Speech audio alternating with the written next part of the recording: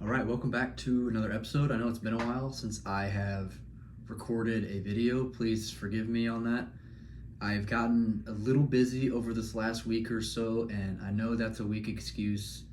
I haven't been intentional enough with my time and really scheduling out times to make these videos and to come on here and speak with you guys. So forgive me for that. It's my fault. But we're back, right? That's what matters. We're back, and it's kind of what I want to talk about with this episode is being intentional with your time. And in life, it's all about trade-offs, right? Every thought, decision, experience comes at a cost of something else. And being intentional with your decisions is crucial when you think of it in this way. So basically, what I'm trying to get at here is if it's something that is important to you, you will make time for it. And if it's not, you won't. I think it's that simple. I think it's cut and dry, black and white. If it matters to you, if you are convicted about it, you will make time for it. And if you're not, then you won't. It's that simple. And so this is something I'm very passionate about, and it's kind of slipped through my grasp this last week. But the passion's still burning, it's still there, so I'm coming on here and making videos. I'm passionate about really scratching that creative itch. I want to create, I want to speak, I want to write, I want to inform, right? I want to help. A lot of these things I talk about on here are things that I have struggled with and I am currently struggling with, right? And me talking about it, me kind of articulating it, helps me understand it more and hopefully helps you understand it more. So something I'm very passionate about. Hopefully I can provide value for you guys in the process as well as helping myself. All right, so there are a couple things I have written down here. And what I have here is what you get out of life is a direct reflection of your intention, energy, and effort.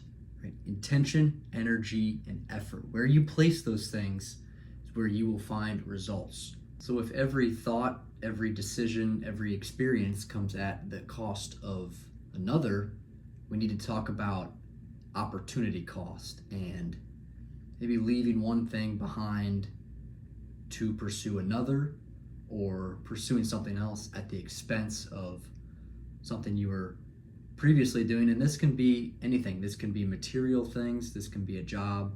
This can be a partner. This can be a personality, right? You want to leave your old self behind and step into this new person you have always wanted to become and knew you could be. The problem is, how do you leave that old self behind? Right? It's hard. It's very hard, and you want to cling to that old self because it's gotten you where you are, and you are emotionally attached and identified with it, and your entire worldview is based on this persona, and to leave it behind is to step fully into the unknown. And rightfully so, that's extremely scary and terrifying and something that our mind is very aversive to and will do anything in its power to keep us from doing that. That's a slight tangent. If you'll forgive me, I'm a little bit scatterbrained. It's been a second since I've come on here and hit record, but where I was going with that was with opportunity cost and all this good stuff. You have the ability to eliminate your distractions, to be a lot more intentional with your choices and how you spend your time.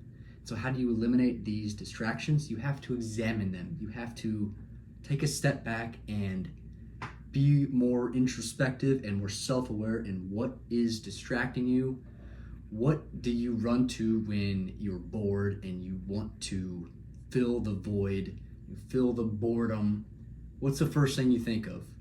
And it's that one thing that maybe there's a couple things that you immediately just thought of just now. Cut that out. That's what it takes, right? You have to examine it. You have to understand it. And once you have identified this act that is hindering you, cut it out. And that is how you become much more intentional with your time in a very short period, okay? There was a quote I heard, I've got it right here. It says, "Are we so loyal to our distractions that we let them keep us from ascending into the person we're meant to become?" And the way that's worded, that phrasing, are we so loyal to our distractions, right? That loyalty to what is keeping us down. We're loyal to familiarity, to easily recognizable stimuli. I don't know how to word it, but are we loyal to scrolling, to our phone because it's cheap? It's cheap dopamine, it's effortless. We're loyal to that because it doesn't require effort, right? We don't want to put in effort when we don't have to, right? We can find it right here, scrolling whatever. You know, it's not fun to read, to write, to think, to do anything, you know, paint pictures, take pottery classes. I don't know, there's 1,000 different things you can do to fill that boredom in a more constructive way. Another beautiful thing I heard is that environment is the invisible hand that shapes human behavior. I love that.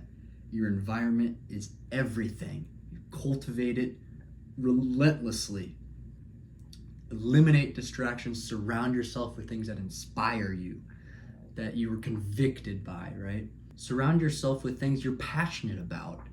And then when you want to be more creative, it's easy. It's way more accessible, right? Because you have surrounded yourself with what you're inspired by, what you're passionate by.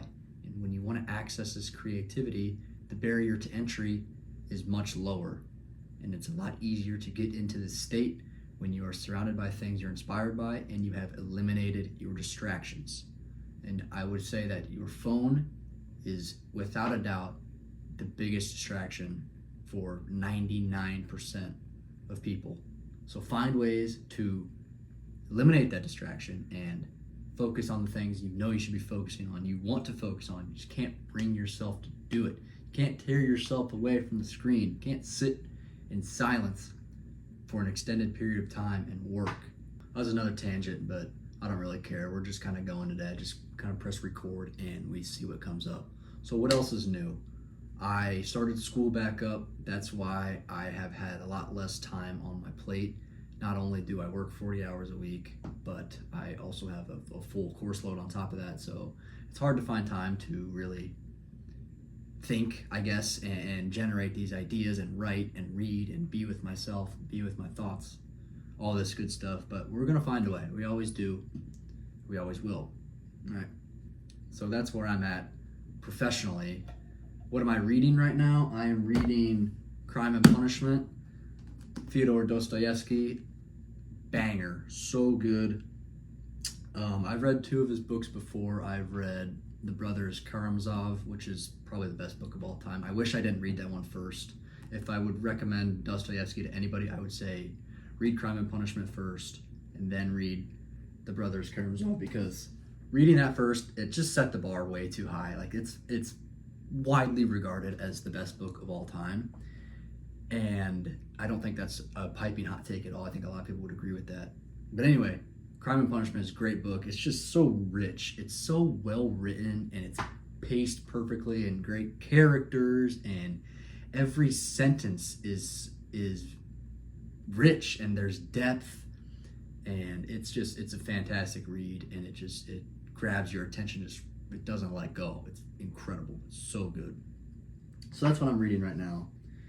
I also kind of walk around with this. I love this book, Marcus Aurelius Meditations. I just kind of pick it up and read it when I'm bored. And there's just so much good stuff in here. I can probably just flip to a random page. This is risky, but I'm going to do it anyway. Find something I've underlined. Here we go. Book 8, page 129, paragraph 36. Never confuse yourself by visions of an entire lifetime at once. That is, do not let your thoughts range over the whole multitude and variety of misfortunes that may befall you, but rather, as you encounter each one, ask yourself, what is there unendurable, so insupportable in this? You will find that you are ashamed to admit defeat. Again, remember that it is not the weight of the future or the past that is pressing upon you, but ever that of the present alone. Even this burden, too, can be lessened if you confine it strictly to its own limits, and are severe enough with your mind's inability to bear such a trifle. Awesome. This is the original self-help book. So what is that saying? I just closed the page. Where was that? What did I say?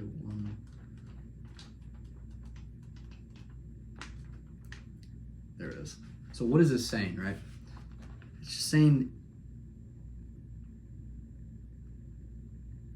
it does no good to worry about the future and worry about the past, right? Those will take care of themselves. They always have and they always will. So it does us no good to foreshadow and extrapolate what happens in the future, okay? The past is the past. You can't control that. Wipe it away. The future will happen on its own. The universe will take care of us. All we have to do is put our best foot forward, right? All we have to do is take care of the present, take care of the daily stuff, do the little things right. That's what I take from this. And that's the general consensus in meditations and stoicism in general, right? Don't fear the future and don't regret the past, basically, is a quick synopsis of that. So I just wanted to hop on here and give you guys a quick update of what's going on. Again, apologies for the lack of uploads. You know, I have been busy, but again, haven't been intentional enough with my time to make videos. That's on me. I'll be better at that in the future. Now, there will be no article associated with this. I just kind of came on here to ramble and talk and give an update. But I want to just hammer it home, right? Be intentional with your time.